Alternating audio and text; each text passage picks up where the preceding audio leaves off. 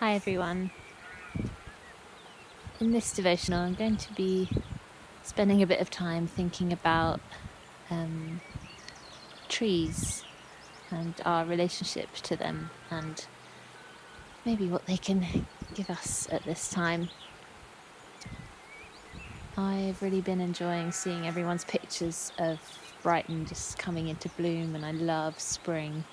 And so this is a bit of a continuation of that theme. I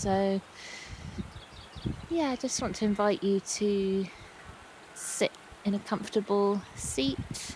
If you want to press pause and go and grab a cup of tea, totally recommend you do that.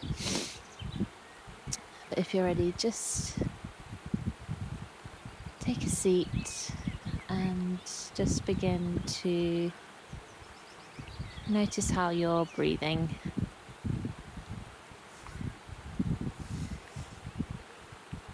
And just take a few slightly deeper breaths.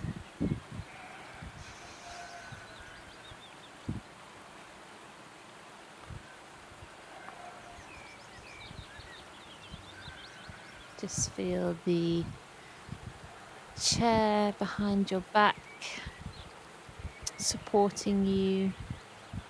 This is just a time for you to have a bit of space to rest and to be. Nothing is expected of you right now.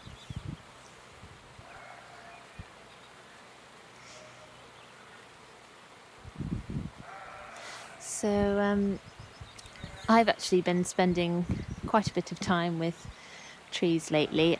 Simon and I are really fortunate to be staying up north in Northumberland on a farm where we have space to be outside, and we have been spending time planting baby trees, removing protective cases and stakes that support the slightly older ones, and generally learning how to look after them.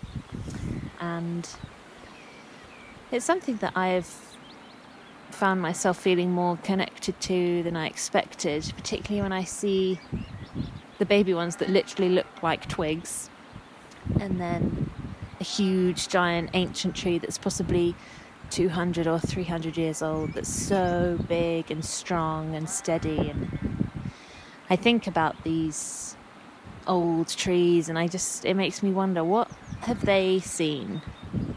They've seen possibly more than 3 generations of life come and go. How many conversations have they heard of people passing by?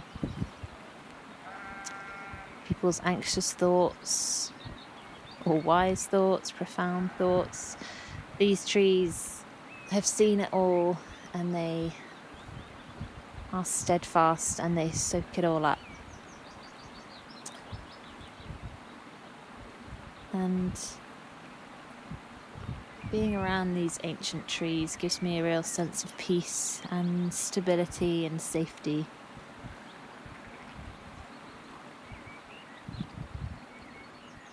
They've seen so much more than I have in some ways. And I really appreciate that. Whilst we've been here, I've been thinking about prayer, particularly how can I pray in this time of uncertainty. Prayer is something that I've had a lot of questions about over the last few years, and particularly in these situations of so much uncertainty and not understanding what's going on. I find it hard to pray, to know what to say, if anything. And then when I come out and I be amongst the trees and I think about those verses in the Bible that says the mountains will bow down, the seas will roar. And I just wonder, I don't know if this is a bit out there, but I wonder, are these trees, are they praying for us?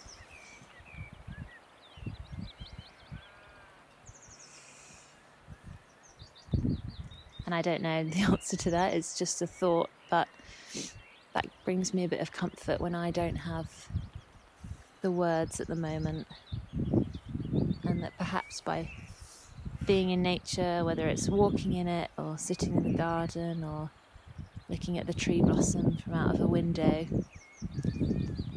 maybe today that is enough of a prayer for us. Perhaps the trees can do the rest for us today. I, over the last couple of years, have been beginning to discover the wisdom and wonder of Mary Oliver poetry. So I'm going to read a poem now.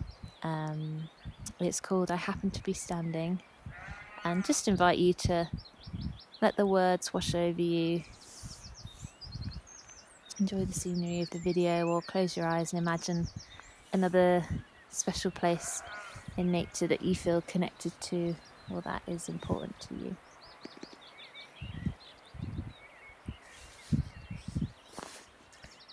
I happen to be standing.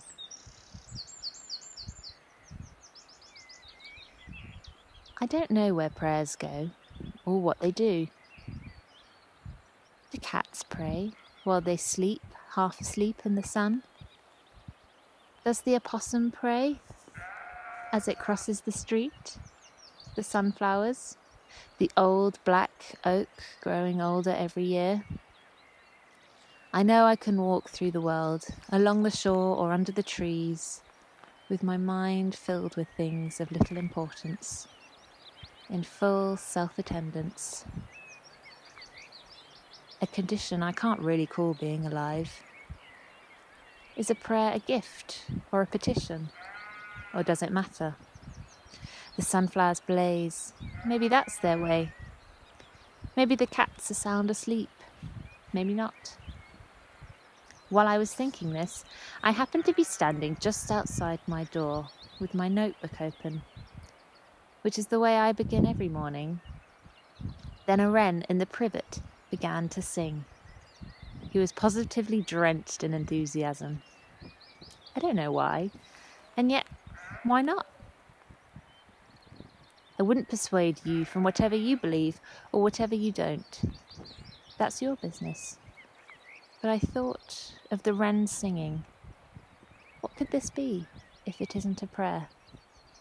So I just listened, my pen in the air.